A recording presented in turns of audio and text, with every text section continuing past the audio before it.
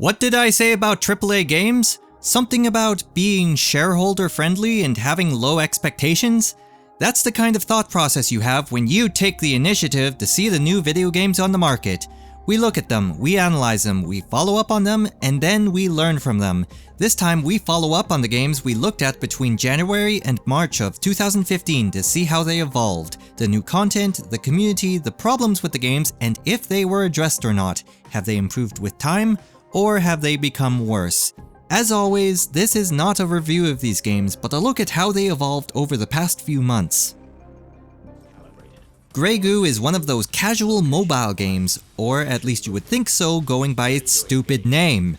It suffered from the immediate lack of post-release support that people complained about, but that's mainly tied to multiplayer. The Goo vs Goo matchup is boring, the game only supports 4 players, and there's no mod support.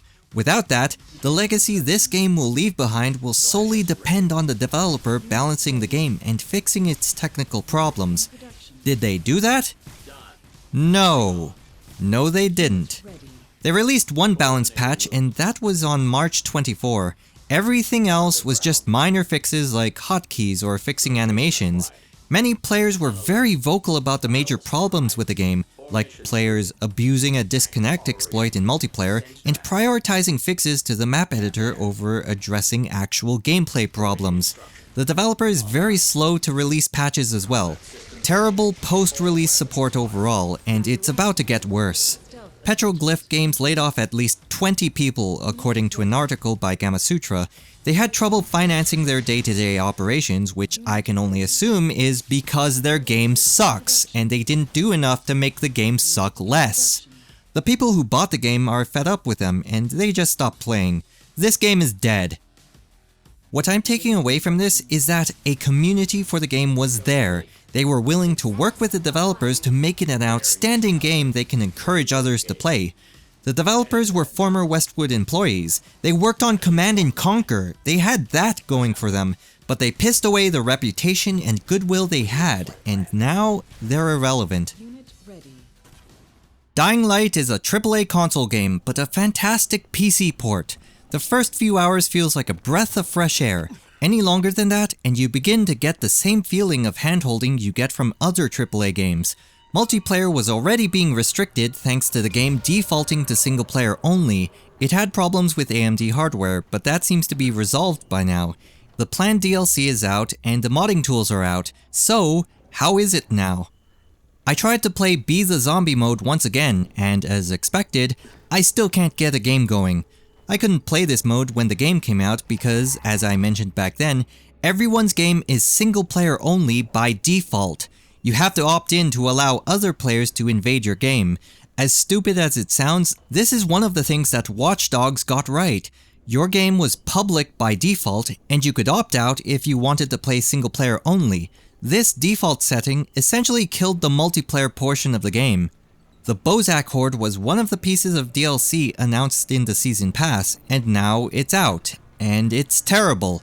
According to the Steam reviews, they scaled the difficulty up so much that it was near impossible to play by yourself, basically forcing it to be co-op only without actually making it co-op only.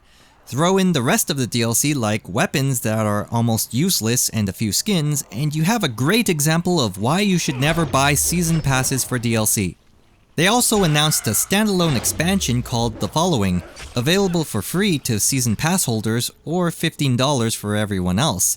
This will add vehicles to the game along with a new story campaign and a new map that's supposedly the size of all the original maps combined. If you recall my first impressions of the game, I don't think I've even been to half of the playable area, so I'll go out on a limb here and say this new expansion won't be as big as they're making it out to be. As for the modding side, there's actually quite a lot of custom maps in the Steam Workshop, so there are people working on this game, just don't expect to be playing with them.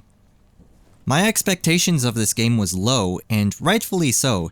It did seem fresh and original for the first few hours, but then you get that same feeling of handholding you get from other AAA games leading up to that epic QuickTime event at the end.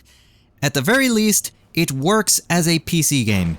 If you haven't played this yet, wait for a sale, preferably under $20. Cities Skylines is the go-to city building game.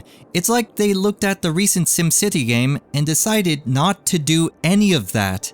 The game has a few problems, but they don't break the game or detract from the fun. It's just a few weird things, and what they did over the last few months was improve on it.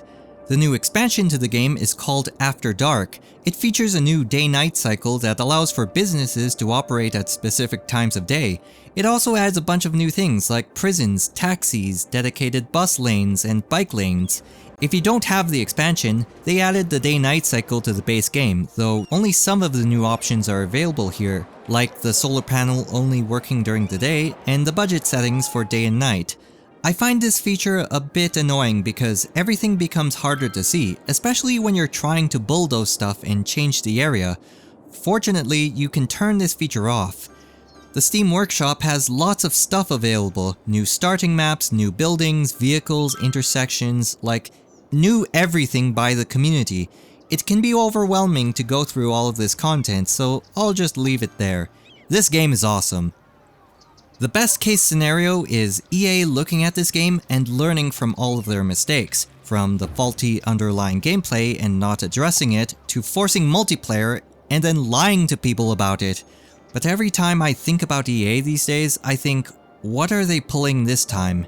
It'll be hard for anything to dethrone Cities Skylines for a while, so take the time to appreciate this game.